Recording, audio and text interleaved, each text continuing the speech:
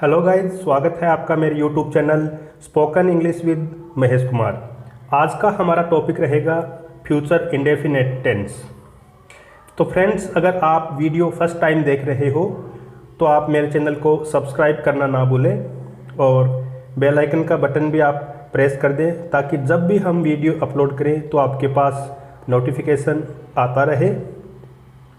तो फ्रेंड्स, ज़्यादा time waste ना करते हुए चलते हैं हम हमारे टॉपिक की ओर, फ्यूचर इंडेफिनिट टेंस। चलिए फ्रेंड्स, अब हम बात करते हैं फ्यूचर इंडेफिनिट टेंस के सेंटेंसेस को हम रिकॉग्नाइज कैसे करेंगे, उनकी पहचान हम कैसे करेंगे।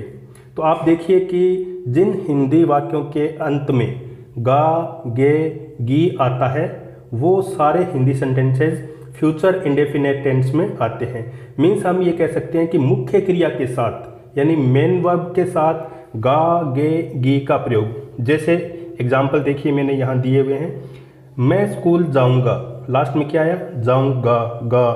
तुम खाना खाओगे, लास्ट में आया खाओगे, गे। पूनम गाना गाएगी, तो लास्ट में आया गी। तो आपने देखा कि मेन वर्ब के साथ गा, गे, की का प्रयोग होता हो वो सारे सेंटेंसेस फ्यूचर इंडेफिनिट टेंस में आते हैं। तो नेक्स्ट स्लाइड में हम देखते हैं कि इनको हम बनाते कैसे हैं।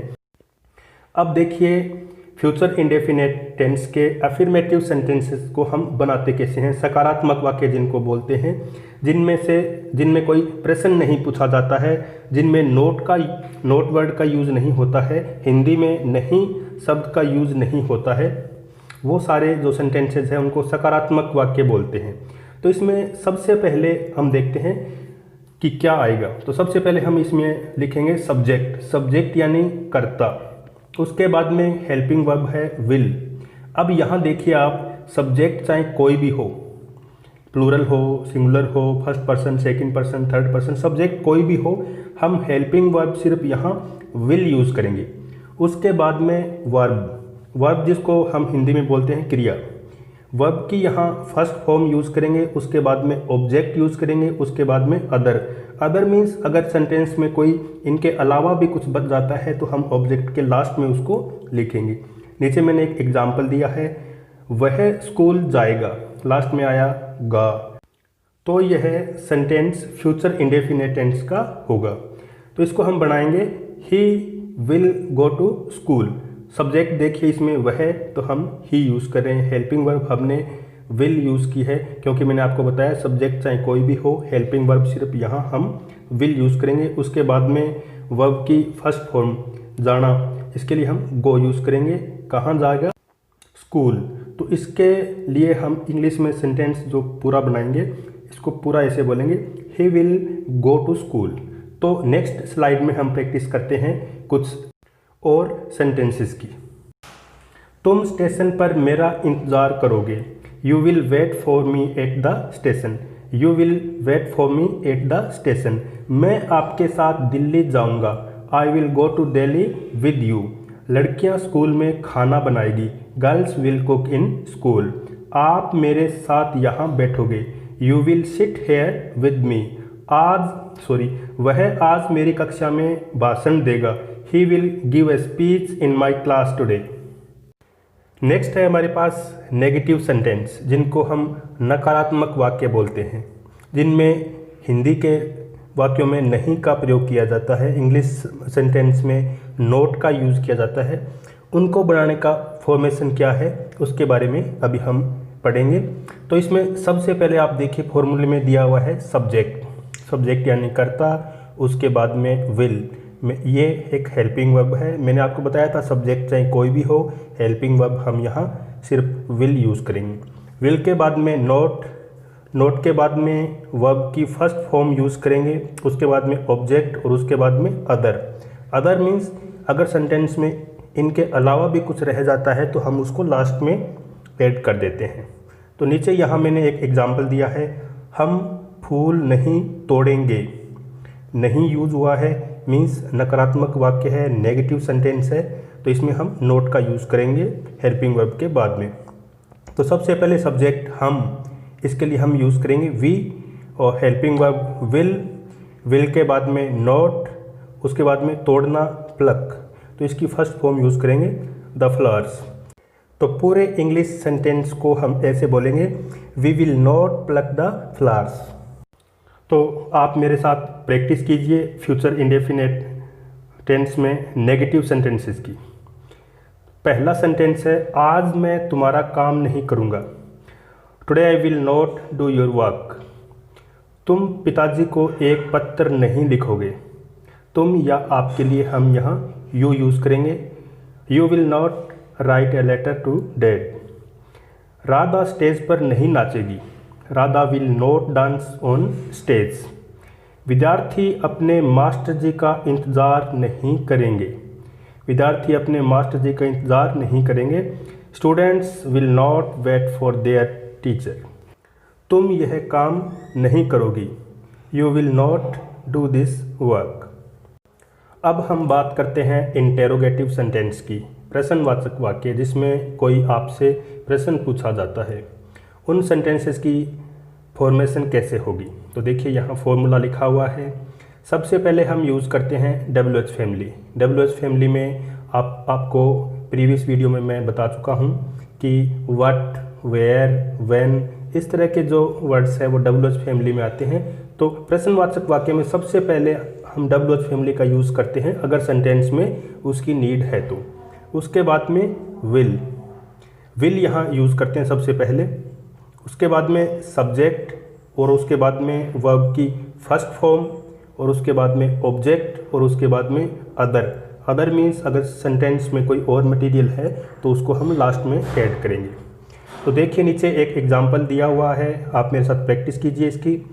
क्या वह तुम्हें स्कूल में मिलेगा?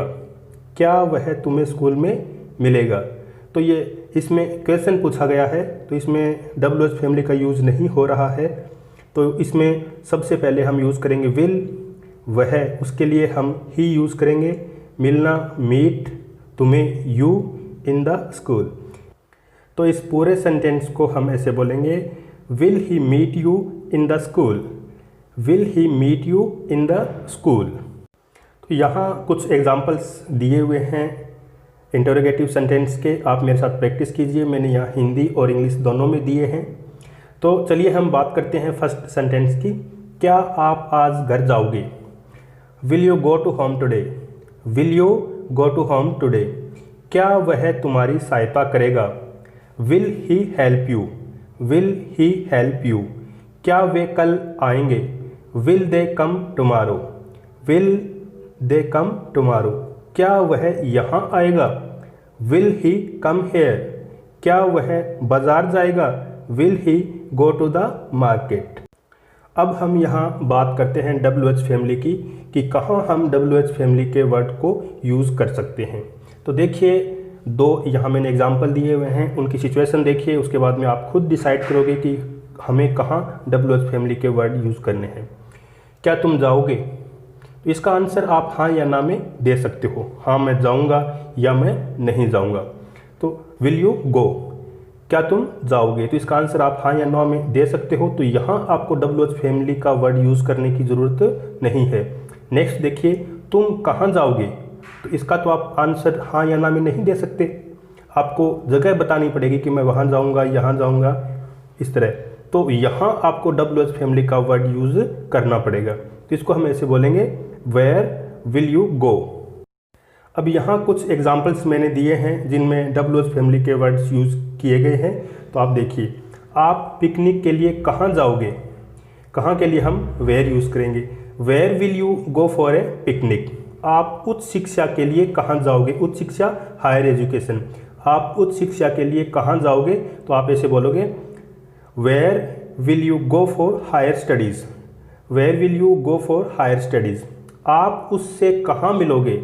कहाँ, where. Where will you meet him?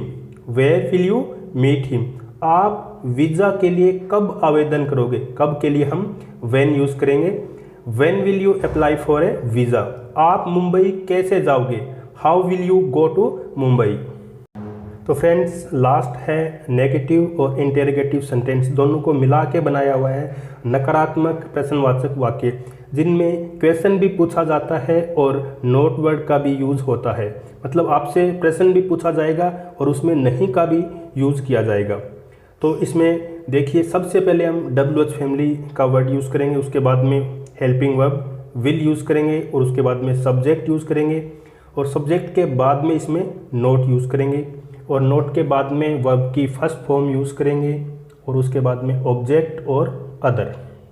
तो यहाँ एग्जाम्पल मैंने दिया हुआ है, क्या हम फूल नहीं तोड़ेंगे। तो इसमें देखिए आपसे साथ में क्वेश्चन भी पूछा है और नोट का भी यूज़ किया गया है। तो इसको हम इंग्लिश में इस तरीके से कन्वर्ट करेंगे, will he not pluck the flowers, will we not pluck the flowers, क्या हम फूल नहीं तोड़ेंगे। तो चलिए नेक्स्ट स्लाइड में कुछ प्रैक्टिस करते हैं सेंटेंसेस की। तो फ्रेंड्स, यहाँ कुछ नेगेटिव इंटेरोगेटिव के एग्जाम्पल्स दिए हुए हैं, आप प्रैक्टिस कीजिए मेरे साथ। तो इनमें साथ में क्वेश्चन भी पूछा गया है और साथ में नोट का भी यूज़ किया गया है, मतलब ये इंटेरोगेटिव नेगेटिव सेंटेंस हैं।